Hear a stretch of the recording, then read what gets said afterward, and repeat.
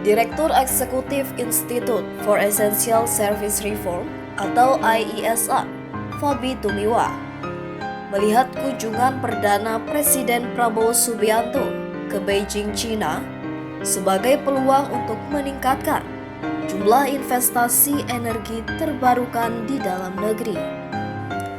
Pihaknya mendorong pemerintah mempererat kerjasama dengan China, khususnya setelah melihat kemajuan negeri tirai bambu itu dalam hal pengembangan energi terbarukan.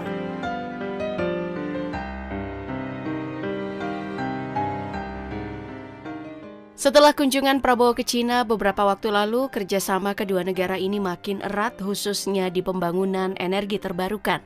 Bantuan sebesar 157 triliun rupiah dari China itu adalah kerjasama saling menguntungkan. Khususnya China yang dimudahkan bahkan diajak oleh Prabowo untuk berkolaborasi dalam menggodok proyek strategis nasional atau PSN di Indonesia.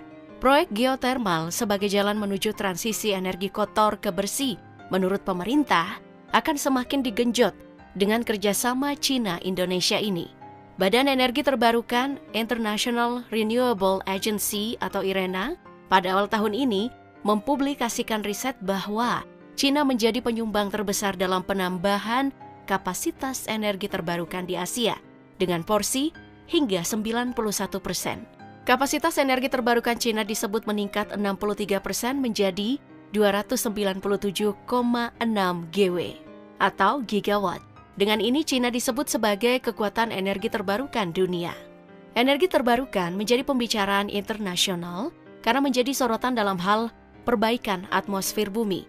Jika selama bertahun-tahun kita menggunakan energi kotor yang membuat lingkungan semakin tercemari, maka energi bersih yang salah satunya didapatkan dari energi terbarukan dianggap sebagai solusi skala internasional. Salah satunya dengan mengubah sumber energi pembangkit listrik dari batu bara ke pembangkit listrik dari sumber energi lainnya.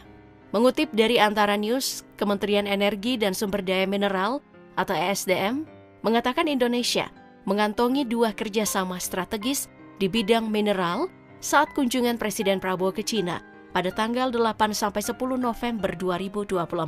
Arah kerjasama itu adalah pengembangan kerjasama mineral hijau yang diharapkan menarik investasi energi bersih dan selanjutnya adalah pengembangan dan pemanfaatan sumber daya mineral yang sangat dibutuhkan oleh industri modern, menurut keterangan Kementerian ESDM. Dari itu, banyak pihak mengatakan Indonesia sebaiknya belajar dari China dalam pengembangan energi terbarukan. Lebih jauh lagi, kerjasama kedua negara akan menguntungkan keduanya pada masa pemerintahan Trump yang sudah memulai aturan proteksionisme terhadap China dan kekuatan dunia lainnya. Belajarlah sampai ke negeri China. Sepertinya tidak sekedar ungkapan kosong. China adalah negara dengan kekuatan ekonomi dan politik kuat di Asia. Dalam pembangunan infrastruktur, mereka yang paling maju di Asia.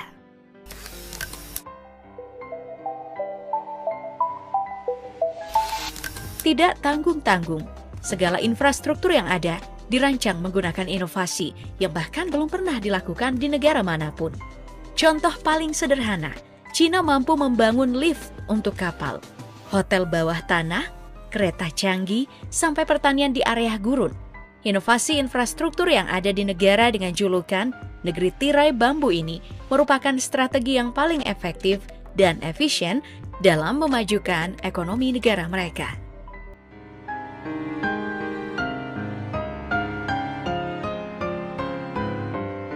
Sebagaimana diketahui, Presiden Prabowo memutuskan untuk melanjutkan kunjungan kenegaraan pada serangkaian pertemuan internasional dalam beberapa waktu ke depan guna memelihara hubungan yang baik dengan seluruh negara sahabat.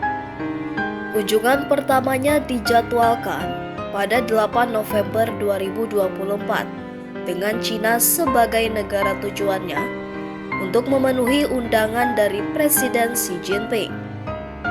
Melihat besarnya peluang kerjasama pada sektor investasi, IESR mendorong pemerintahan untuk menciptakan iklim yang mendukung terbukanya pintu, khususnya bagi investasi energi terbarukan. Beberapa caranya, kata Feby, dengan menetapkan target nasional yang tegas, disusul dengan perbaikan kerangka kebijakan dan regulasi, serta memperbaiki proses perizinan dan tarif listrik agar investasi tersebut lebih bankable. IESR menekankan bahwa transisi energi merupakan keharusan bagi negara apabila menyasar target kemandirian energi nasional. Hal ini dapat dicapai sembari mengurangi emisi dari sektor energi dan mencapai pertumbuhan ekonomi berkelanjutan. Fabi memandang investasi pada proyek-proyek energi terbarukan yang dikombinasikan dengan pengembangan energi terbarukan itu sendiri dan penurunan emisi di sektor energi mampu mendukung tercapainya visi pertumbuhan ekonomi 8% di era kepemimpinan Prabowo. Selain itu, Indonesia, menurut Fabi, juga perlu menggalang dukungan berupa pendanaan lunak dari pemerintah Cina guna mendukung implementasi langkah-langkah konkret upaya transisi energi.